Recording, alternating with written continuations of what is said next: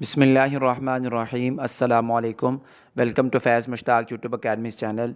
Respected viewers, Punjab police के under senior station assistant SSA और police station assistant PSA की jobs का इश्तिहार नया जारी कर दिया गया है। और इन जॉब्स के ऊपर कौन से लोग अप्लाई कर सकते हैं, एलिजिबिलिटी क्राइटेरिया क्या है, तमाम रीजन्स की सीट्स की मुकम्मल तफसीलात, अप्लाई करने का तरीक़ाकार और इससे जुड़ी तमाम इंपॉर्टेंट डिटेल्स आप लोगों के साथ इस वीडियो में शेयर की जाएंगी।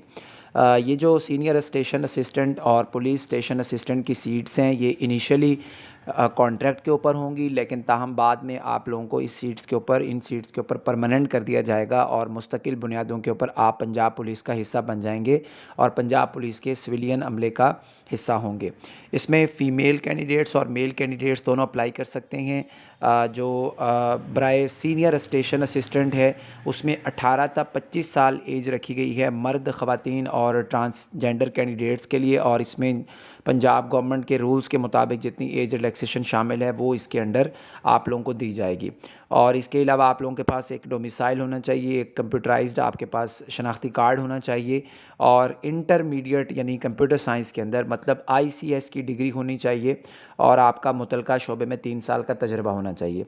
3 साल के तजर्बे से मुराद ये है कि आपके पास इस किस्म का एक्सपीरियंस हो, जैसे रिसेप्शन के ऊपर बैठ के डील किया जाता है या आपने किसी ऑर्गेनाइजेशन के अंदर या किसी एनजीओ के अंदर या किसी प्राइवेट इदारे के अंदर बैठ के लोगों को डील किया हो, जहाँ पर आपकी डीलिंग हो लोगों के साथ, तो इस किस्म का जो एक्सपीरियंस है वो इसमें काउंट होगा।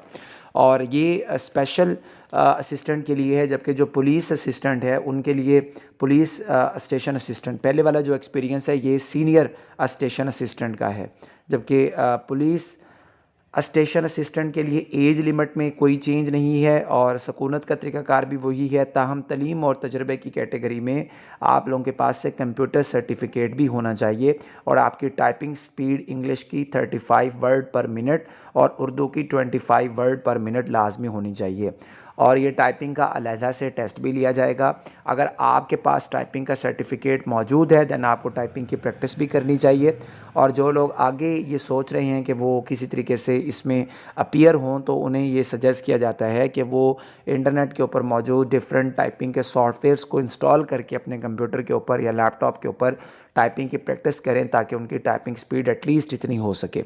ये मिनिमम स्पीड है, मेरिट इसके बाद बनना शुरू होगा।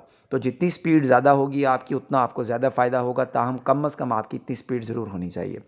इसमें जो सीट्स हैं उसमें सबसे ज़्यादा सीट्स लाहौर रीजन की हैं, जिसमें पीएसए की 199 सीट्स हैं और एसएसए की 5 सीट्स हैं।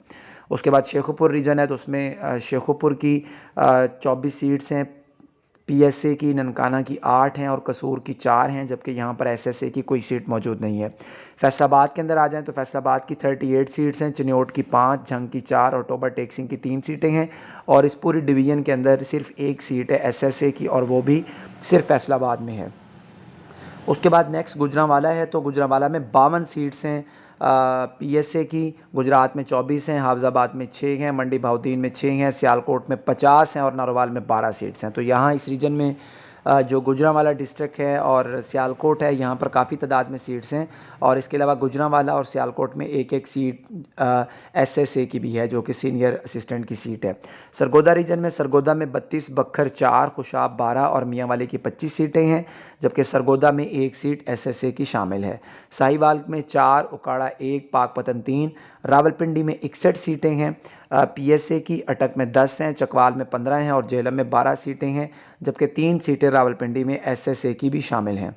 इसके अलावा मुल्तान रीजन में 71 सीट्स हैं पीएसए की, लोधरा में 8 हैं, खानेवाल में 13 हैं और विहाड़ी में 6 हैं, जबकि मुल्तान के अंदर 8 सीटें और ये सबसे ज़्यादा सीटें मुल्तान में ही हैं एसएसए की। यहाँ पर भी आप अप्लाई कर सकते हैं मुल्तान के डोमिसाइल होल्डर्स।